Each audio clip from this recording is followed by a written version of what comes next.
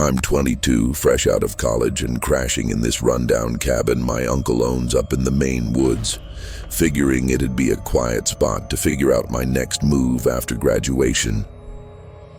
It was mid-fall, leaves crunching underfoot during the day, but at night the isolation hit hard.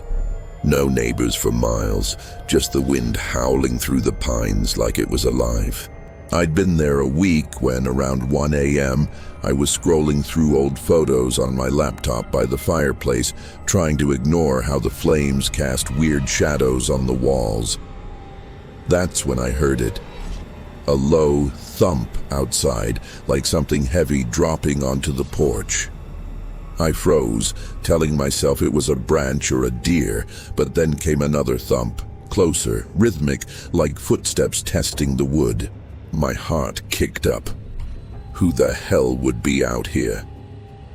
I killed the lights, crept to the window and peeked through the blinds. Nothing but blackness, the moon hidden behind clouds.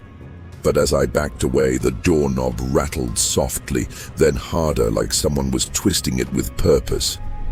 I grabbed a poker from the fire, hands slick with sweat, debating whether to yell or stay silent. The rattling stopped, replaced by scratching along the doorframe, nails or claws dragging slow and deliberate. Hook digging in. My phone buzzed on the table. An unknown caller, no number, just static when I answered. Then a voice rasped, "Let me in, it's so cold." How did they get my number? I hung up, but it rang again, this time with breathing, heavy and close, like they were right outside. Panic rising, I barricaded the door with a chair, retreated to the bedroom, but the scratching followed, now at the window, etching something I couldn't see. Rehook. Glass shattered in the living room. I bolted out, poker raised, to find the front window smashed, a rock on the floor with "alone" scrawled in what looked like blood. Footsteps crunched gravel outside, circling the cabin. Whispers filtering through the walls, repeating my name, bits of conversations I'd had with friends days ago.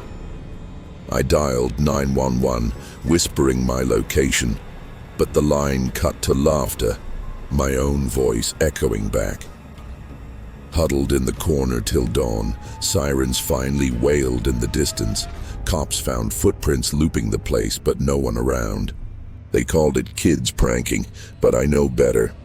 Something stalks the lonely up here, mimicking your life to draw you out. I left the next day, but even in the city, I hear that scratching in quiet moments. What if it followed?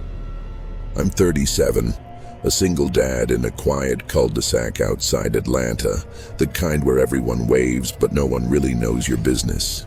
My kid was at his mom's for the weekend, leaving me alone with takeout and a stack of unread books.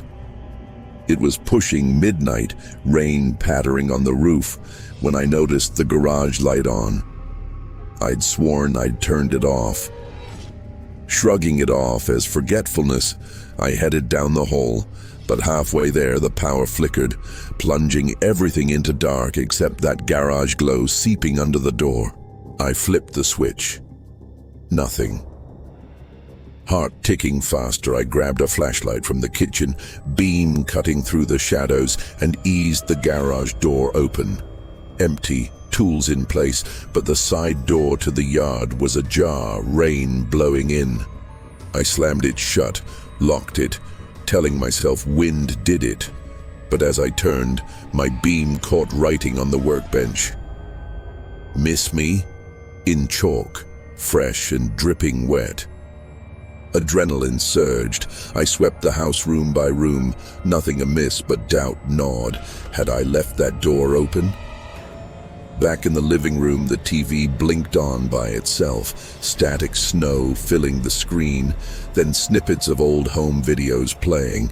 Me and my ex laughing, but voices warped, whispering threats like, "You're all alone now."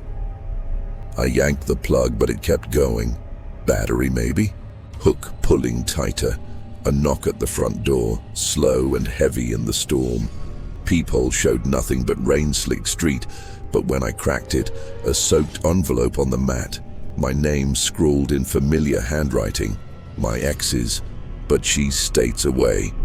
Inside, photos of me from inside the house, timestamped tonight. Footsteps squelched upstairs then, real and deliberate, thumping toward the stairs. Rehook. I ran up, flashlight shaking, to find my bedroom door swinging, closet ajar, and inside, a figure huddled, gone when I blinked, but a note left. Hide better. I called the cops, hiding in the bathroom till they arrived. They found muddy prints everywhere leading out a window, but no suspect.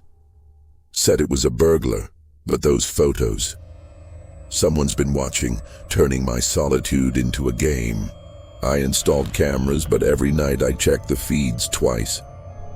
What if they're already inside? I'm 29, working late shifts at a diner in small-town Oregon, crashing in a trailer park where the lots are spread out enough for privacy, but close enough to hear coyotes yipping at night. It was 3 a.m. I'd just gotten home, kicking off my shoes and collapsing on the couch with leftover pie, the only light from my phone as I doom-scrolled. That's when the trailer rocked slightly, like wind gusting, but the air was still. I paused, listening. Another rock, then a tap on the window, light and playful. Peering out.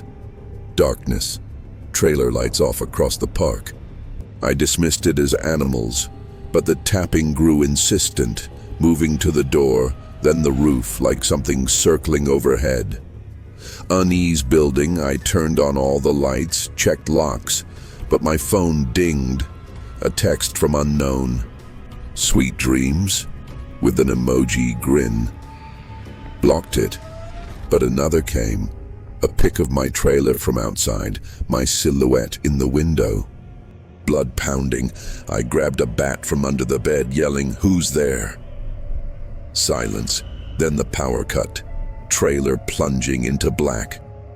Hook reeling me in, scratching under the floor now, like claws digging up, whispers rising. "Come play." I barricaded in the bedroom, flashlight on, hearing panels creak as if something was prying them. Rehook. The door handle turned slowly, then banged hard, voice outside mimicking my boss from work. "Shift's not over." I called emergency, but signal dropped mid-sentence. Huddled till morning light filtered in, noises gone. Cops found claw marks under the trailer. Animal maybe, but those texts? Traced to a burner nearby. Folks say the park's haunted by drifters who vanished, luring the alone with tricks. I moved lots over, but late nights, I feel that rock. What if it's waiting for me to slip?